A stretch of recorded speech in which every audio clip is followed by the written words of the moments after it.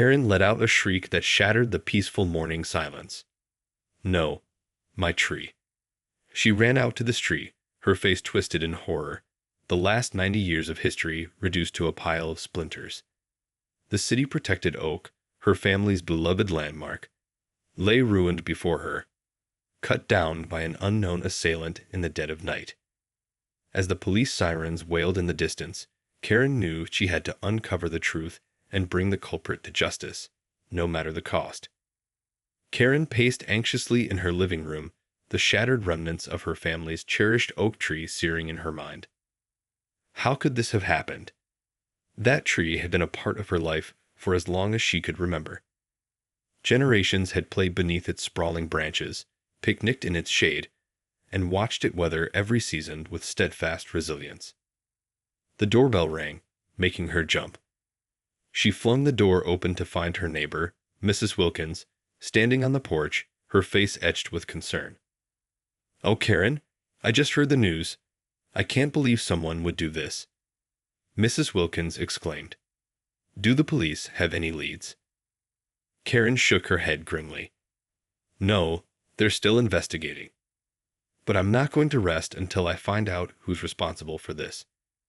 Her eyes narrowed with determination. That tree was a piece of our family's history. It can't just be replaced like some ornament. Mrs. Wilkins patted her arm sympathetically. "I know, dear. It's an absolute travesty. If there's anything I can do to help, please let me know." "Thank you," Karen said. "Right now, I just need to understand why this happened. That tree was protected by the city. It had special status. Who would want to cut it down?" As Mrs. Wilkins murmured words of comfort, Karen's mind raced. She had to find the culprit, no matter what it took. That tree had been a silent witness to her family's joys and sorrows for nearly a century. Its loss felt like a betrayal, a hole in the fabric of her world. Later that evening, Karen pored over old newspaper clippings and city records, searching for any clues. The tree had been designated a protected landmark decades ago, a testament to its age and historical significance. So why would someone target it now? Frustration mounting, Karen slammed the folder shut and stared out the window at the bare patch of earth where the mighty oak had once stood. She refused to let its memory fade. This wasn't just about a tree. It was about preserving the past, honoring her family's legacy. And she was determined to uncover the truth, no matter the cost. The next morning, Karen was up before dawn, determined to canvass the neighborhood. As she stepped outside, the empty space where the oak tree had stood for generations felt like a gaping wound. She shook off the sense of loss and strode down the street, knocking on doors and questioning anyone who might have seen or heard something suspicious. Most of her neighbors expressed shock and outrage, but no one seemed to have any information that could help her case. Just as Karen was about to give up, an elderly man named Mr. Simmons called out to her from his porch. "I heard the commotion last night," he said, his voice quavering. "Sounded like a chainsaw, maybe around 2 a.m. Karen's heart raced. "Did you see anything? Anyone suspicious in the area?" Mr. Simmons shook his head.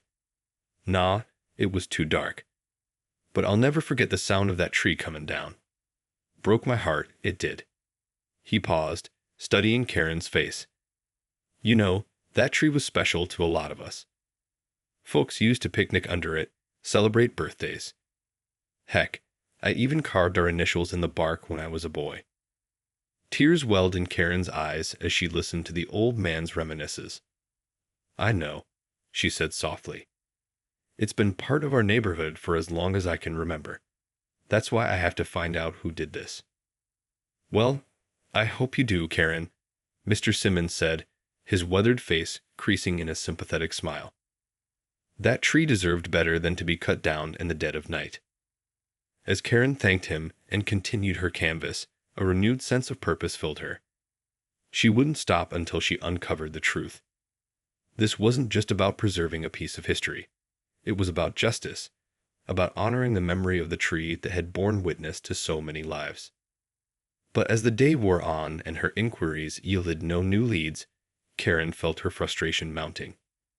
Who could have hated that tree so much to destroy it in the shadows? And why now, after all these years? The mystery only deepened, and Karen knew she had to dig deeper if she ever hoped to find the culprit. That evening, Karen sat at her kitchen table, studying the documents spread out before her. City records, property deeds, old newspaper clippings. She had combed through them all, searching for any clue that might lead her to the person responsible for cutting down her family's beloved oak tree. As she sipped her lukewarm coffee, her gaze settled on a yellowed article from the local paper, dated nearly 20 years ago. The headline read, "Neighborhood Battles Developer Over Historic Tree." Karen's breath caught in her throat as she read the story. It detailed a long-running dispute between the city and a local real estate developer over the fate of the protected oak. The developer had wanted to clear the land to build a new shopping complex, but the community had rallied to save the tree, citing its historical and environmental significance. In the end, the city prevailed, and the developer was forced to abandon his plans. Karen murmured, her heart racing. Could this be the connection she was looking for? Determined, she began tracing the developer's name, James Rollins, through public records. To her surprise, she discovered that Rollins had recently purchased a large plot of land just a few blocks from her neighborhood, the very same land that had been the site of the long-ago dispute. Karen's mind whirled with the implications. Had Rollins held a grudge all these years? Was he trying to get revenge by destroying the tree that had foiled his plans? Driven by a mix of anger and desperation, Karen decided to pay Rollins a visit. She needed answers, and she wasn't going to stop until she got them. As she approached the imposing gates of Rollins' estate, Karen felt a surge of trepidation. This was a powerful man, with deep pockets and an army of lawyers at his disposal. But the memory of that majestic oak, reduced to a pile of splinters, steeled her resolve. She pressed the intercom button and waited, her heart pounding in her ears. When Rollins' voice crackled through the speaker, she didn't mince words. "Mr. Rollins, we need to talk about the tree you had cut down in my neighborhood." There was a long pause before Rollins responded, his voice oozing false concern. "Tree? I'm afraid I don't know what you're talking about, missus." "Karen," she snapped.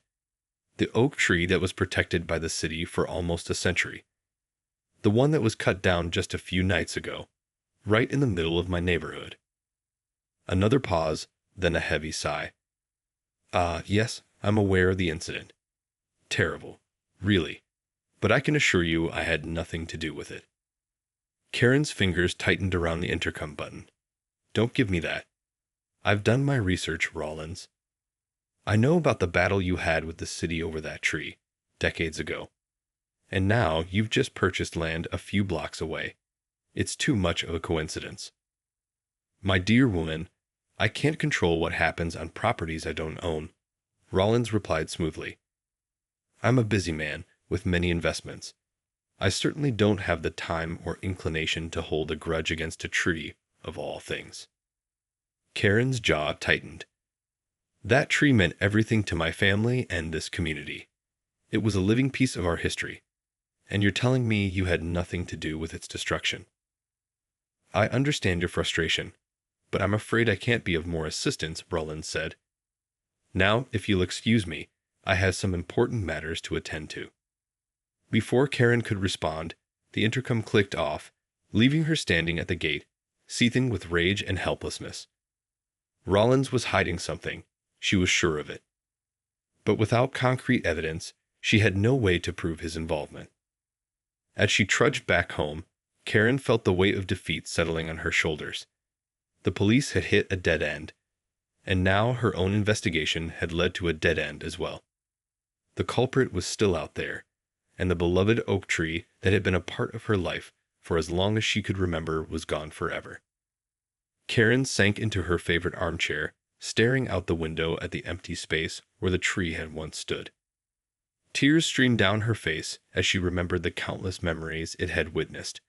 Birthday parties, family picnics, first kisses stolen in its dappled shade. "I'm sorry," she whispered, her voice breaking. I couldn't protect you. In that moment, a steely determination took hold. She might have hit a wall with Rollins, but she wasn't about to give up. She would find a way to uncover the truth, no matter how long it took. That tree deserved justice, and she would stop at nothing to get it. The next morning, Karen woke with a renewed sense of purpose. She couldn't afford to waste any more time wallowing in grief or frustration. If the police and her own investigation hit dead ends, she would have to get creative. Grabbing her laptop, she began scouring the internet for any leads or connections that could point her in the right direction. As she dove deeper into her research, a plan began to take shape in her mind. One that was risky, but just might pay off. Karen spent the day making discreet phone calls, arranging clandestine meetings, and carefully piecing together a network of informants. She knew she was treading on dangerous ground, but the memory of that majestic oak fueled her determination. As the sun began to set, Karen pulled into the parking lot of a nondescript diner, scanning the area for any signs of her contact. Finally, a familiar figure emerged from the shadows, and she hurried to meet him. "You got the information I need?" Karen asked, her voice hushed. The man, a former city official with a penchant for insider trading, nodded grimly. "Yeah, I've got it. But you didn't hear it from me, understand?" Karen's heart raced as he handed her a thick manila envelope. "I'd appreciate this, more than you know. If what you've got is legit, it could be the break I've been looking for." "Just be careful, Karen," the man warned. "Rollins is a powerful guy, and he's got a lot of friends in high places. You're playing with fire here." "I don't care," Karen said, her eyes hardening with resolve. "That tree was a piece of my family's history, and I won't rest until I find out who's responsible for cutting it down." As she climbed back into her car, the envelope burning a hole in the passenger seat, Karen steeled herself for what lay ahead. She knew she was treading on dangerous ground, but the stakes were too high to back down now. The information in that envelope could be the key to unraveling the mystery, or it could put her life in jeopardy. But Karen was willing to take that risk. For the sake of the tree, for the sake of her family's legacy, she had to see this through to the end. Hands trembling, Karen pored over the documents in the manila envelope, her eyes widening with each passing page. The information her contact had provided was explosive. A tangled web of corruption, backroom deals, and shady financial transactions that all seemed to lead back to James Rollins.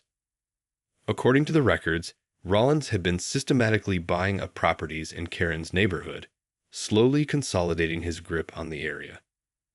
But his latest acquisition was the most troubling. The very plot of land where the protected oak tree had once stood. Karen's heart raced as she pieced together the puzzle. It seemed Rollins had bribed a city official to have the tree's protected status revoked, clearing the way for him to develop the land. And when the community had balked at his plans, he had taken matters into his own hands, orchestrating the tree's demise under the cover of darkness. "That bastard," Karen growled, her fingers tightening around the papers. "He destroyed a piece of our history just to line his own pockets." Fueled by righteous fury, Karen sprang into action. She gathered the incriminating evidence and hurried to the police station, determined to bring Rollins to justice. But as she presented her case to the detective in charge, her hopes were quickly dashed. "I'm sorry, Karen, but this isn't enough to warrant an arrest," the detective said, shaking his head. "These are just allegations and circumstantial evidence. We need something more tangible to tie Rollins directly to the crime." Karen's heart sank. But the paperwork clearly shows he was trying to develop that land. And he had the tree's protected status revoked. The detective held up a hand. "I understand your frustration, but the fact is, this isn't going to hold up in court. Rollins is a wealthy, well-connected man. He'll have the best lawyers money can buy, and they'll tear this case apart." Tears of anger and defeat stung Karen's eyes. "So what am I supposed to do? Just let him get away with this?" The detective's expression softened with sympathy. I wish I could do more, Karen. But without solid proof, our hands are tied. The best I can suggest is to keep digging. See if you can uncover something more concrete. As Karen left the police station, her mind raced with a desperate plan.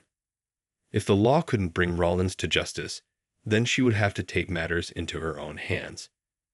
She wouldn't let her family's beloved tree be forgotten. Not without a fight. The following night, Karen made her way through the shadows, her heart pounding in her ears. She knew what she was about to do was risky, even reckless, but she was past the point of caring. Rollins had to be stopped, no matter the cost. As she approached the wrought iron gates of Rollins' estate, Karen paused, taking a deep breath to steady her nerves. She had one shot at this. If she failed, the consequences could be dire. Gripping the manila envelope tightly, she stepped up to the intercom and pressed the button. "Mr. Rollins, it's Karen. We need to talk." There was a moment of silence, then the familiar crackle of Rollins' voice. "Mrs. Steen, I must say I'm surprised to hear from you. I thought we had concluded our business." "This isn't about business, Rollins," Karen replied, her voice laced with venom. "It's about justice. I have evidence of your involvement in the illegal destruction of the oak tree in my neighborhood." Another pause, then a low chuckle. "My dear woman, I told you before, I had nothing to do with that. And even if I did, what makes you think anyone would believe your word over mine?" "Because I have the proof right here," Karen said, brandishing the envelope. "Documents showing how you bribed city officials to revoke the tree's protected status, and how you orchestrated its destruction to clear the way for your latest development project." Rollins' voice suddenly grew stern. "I'm warning you, Mrs. Steen, you're playing a dangerous game. If you think you can waltz in here and threaten me, you're sorely mistaken." "I'm not making threats, Rollins," Karen said, her resolve hardening. "I'm demanding justice. That tree was a piece of my family's history, and you had it destroyed. And I won't rest until you pay for what you've done." "Very well," then Rollins replied, his voice dripping with menace. "If you insist on pursuing this foolish crusade, don't say I didn't warn you." Before Karen could respond, the intercom clicked off, leaving her standing alone in the darkness. She knew she had just crossed a line, but she was beyond caring. Rollins had to be stopped, no matter the cost. As she turned to leave, a sudden movement in the shadows caught her eye. Her heart leaped into her throat as a figure emerged, a glint of metal in their hand. "Mr. Rollins sends his regards," a gruff voice growled, and the world went black. Karen woke with a start, her head pounding. As her vision cleared, she found herself in an unfamiliar room, her hands and feet bound. Panic seized her as the realization dawned. She had been captured. Straining against the ropes, she scanned the dimly lit space, searching for any clues about her whereabouts. The sound of a door creaking open made her freeze, and she looked up to see a familiar figure looming over her. "Mr. Rollins," Karen spat, her voice laced with defiance. "I should have known you'd have me taken care of." Rollins chuckled, his cold eyes boring into hers. "My dear Mrs. Steen, you really should have heeded my warning.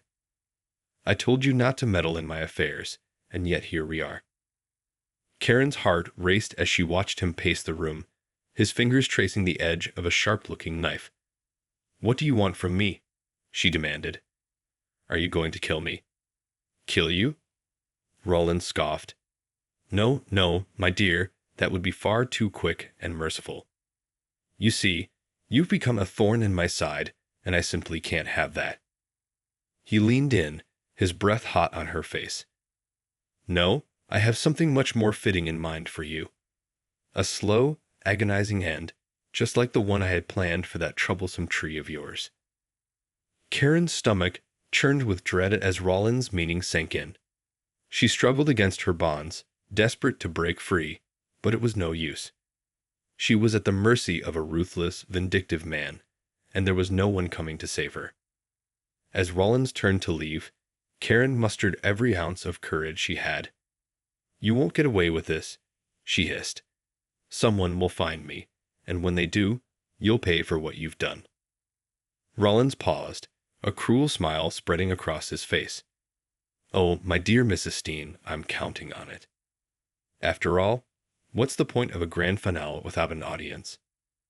With that, he disappeared, leaving Karen alone in the darkness, her heart pounding with a desperate need to survive. She had to find a way out, a way to expose Rollins' crimes and ensure that the beloved oak tree's legacy was not forgotten.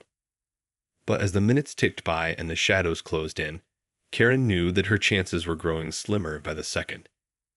She had come this far, risking everything to uncover the truth, and she couldn't let it end like this.